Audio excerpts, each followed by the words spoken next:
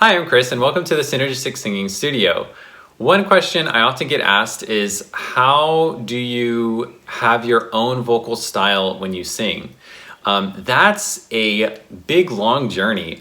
So there's a lot of things that you want to do to develop your own vocal style. If you can narrow your focus down to just one song and say to yourself, okay, I am going to focus on singing this particular song as differently and wildly different as possible from the original singer, then it can really help you get just your first foot in the door of a sense of what does it take to develop my own style.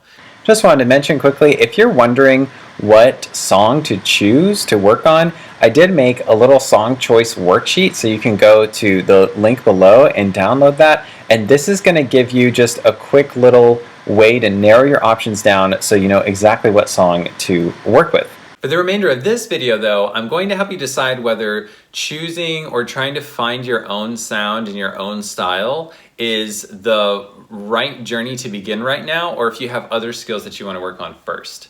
Then I'm going to talk about some different tips that you could do to vary the way that you express a song, assuming that that's the journey that you're ready to take right now. If you want to develop your own vocal style with the song, there are some certain skills that you want to have ready to go. Some singers just wake up, waltz into a song, and they already have these skills. Yay for them, that's awesome. But if you were anything like me when I first started singing, you absolutely did not have these skills and you had to work towards building them.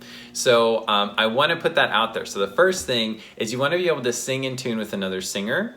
You want to be able to sing in tune with single notes on the piano. You want to be able to sing in tune with a karaoke track of a song that's in a comfortable range. And then lastly, you want to know where your vocal comfort zone is so that as you're exploring different sounds in your voice, you're not straining your voice and building bad habits in the process. If you want to know all about those things and how to get those set up, I have a nice sequential order of those skills and how to build them at a link in the description box below that describes where to start as a beginning singer. Okay, so let's say you've put that aside. Yep, I know how to do all those things. I've been, I don't know, singing in a band for a year or something, or I've been in choir, so yep, I totally got that. So let's assume you have those skills.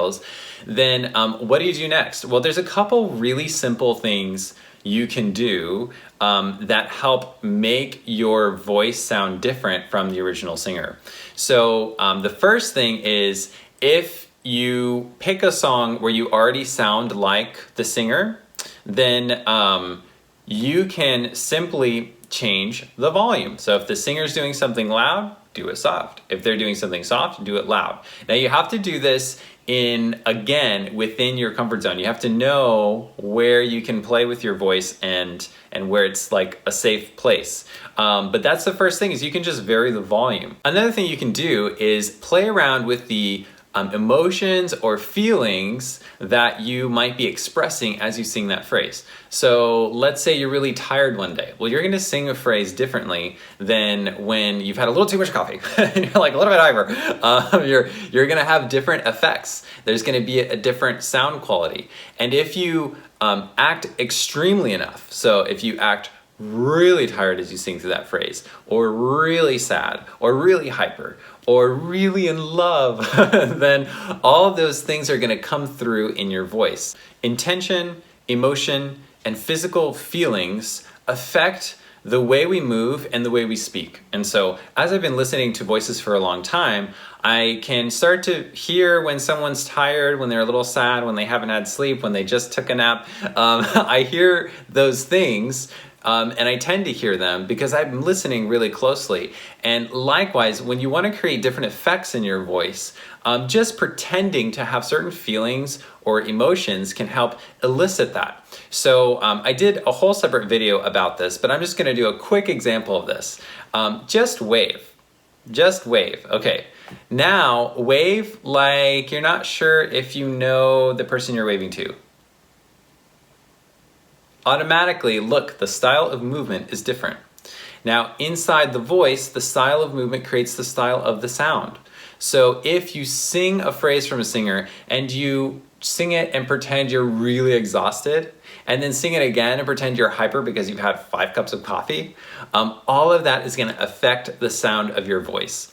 And if you don't notice immediately the difference in sound, if you've recorded it, you've listened back, and you don't notice it immediately, you haven't gone extreme enough. You haven't acted super tired, super hyper, etc. So that's a really fun way to just spark or trigger different sounds in your voice. And basically what you do as the artist is you decide which of those things, you can record these things, listen back, decide what you like, and decide what feels like would be part of your style as a singer, and what you feel like is going to be something departing from the original singer, something that's going to be different. If you want to go from can't sing, which is where I started from, to carpool karaoke ready and beyond, then make sure to check out the online courses, online lessons, and in-person Austin, Texas studio lessons at synergistic.singing.com. Thanks for watching.